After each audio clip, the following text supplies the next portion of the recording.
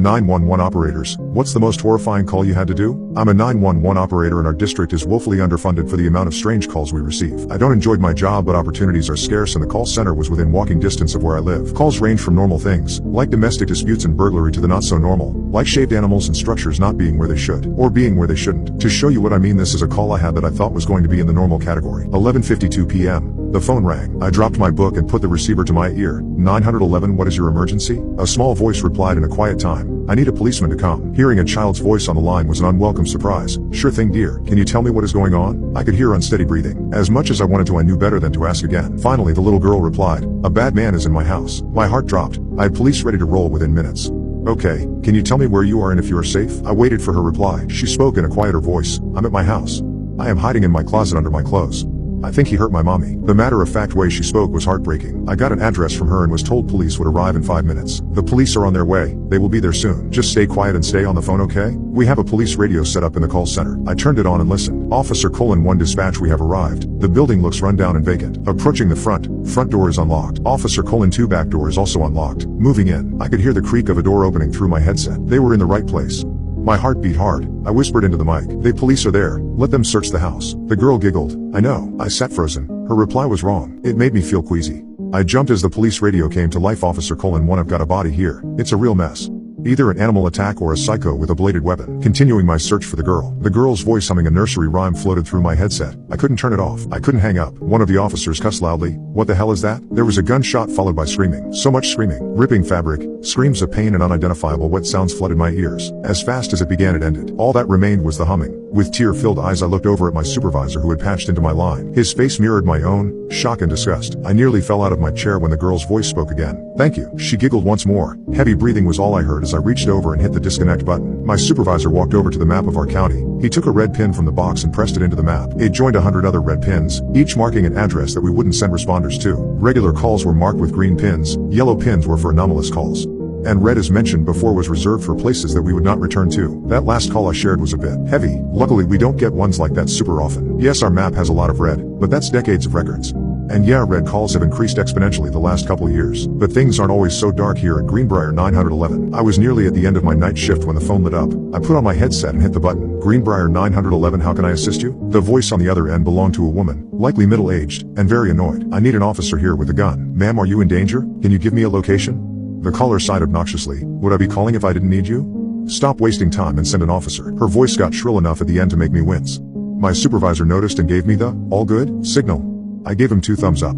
Of course, ma'am. Could you give me an address or crossroad? She growled into the phone. You waste my taxes on stupid stuff, but you can't track my call? Fine. Corner of Grover and 3rd. I thanked her and asked for any details. She replied back loudly. There is a moose in my bathtub. I go to take my morning shower and there is a freaking moose standing in my tub. I wasn't sure what to say. I had expected a noise complaint or a report of a suspicious person, not a wild animal. I typed the info into the computer and sent it to the police dispatch. Not a minute later, my personal phone lit up with a text. Yo, Kylie, you mean to say moose? Andrew was dispatching tonight. I confirmed that I did indeed mean a moose. That's whack. I'll let the officers know. 20 minutes later, I was listening to the entire fiasco on the police radio. Animal control managed to tranquilize the animal only to find out it didn't fit through the door. So they ended up removing an exterior wall. Using a reach forklift, they lifted the poor animal out of the bathtub. But in the process, it woke up and tore free from its bindings. The moose fell to the ground but appeared unharmed as it ran into the woods. As to how it got in there, your guess is as good as mine. Night shift is a different game altogether. It's like people shut off their brains once the sun goes down. It's hard to find people willing to pull graveyard, partially because of craziness but mostly because of Jordan. Jordan isn't a local, most of us working the call center. He used to be a big shot editor for some East Coast newspaper before getting fired and moving to little old Greenbrier. Rumors flowed through the office as to why he got fired, none of them very flattering. But Jordan brought that upon himself. He was an ass. Show up 5 minutes late? Expect to be written up. Missed a detail on a call? Write up. Someone calls back to complain about you? You guessed it, a write-up. I'm a pretty quiet person that tends to stick to doing my job while on duty. I think that's the main reason Jordan doesn't bother me. I would still prefer day shift, but since I get an extra $1 an hour working nights and can get along with a night shift supervisor, I often find myself taking more night shifts than most. I received a call on one of my night shifts that still bothers me today. It had been a peaceful night. We had a single call earlier about a raccoon stealing garbage cans and hiding them in the woods.